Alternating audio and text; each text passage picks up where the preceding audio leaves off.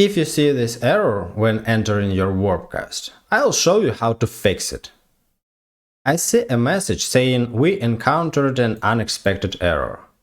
When I reload the page, this error appears again and again.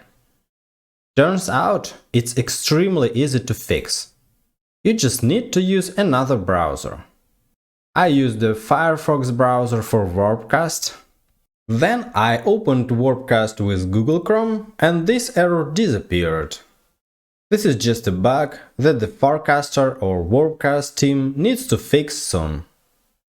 When I opened my Warpcast, I noticed that I had lost all my casts. I even sent a message to support. Now I can see my posts, but only some of them. But that's a topic for another video. Write in the comments whether you like Warpcast's new upgrade or not. Or maybe you need more details on what has changed and how to use Warpcast. If so, please let me know in the comments down below.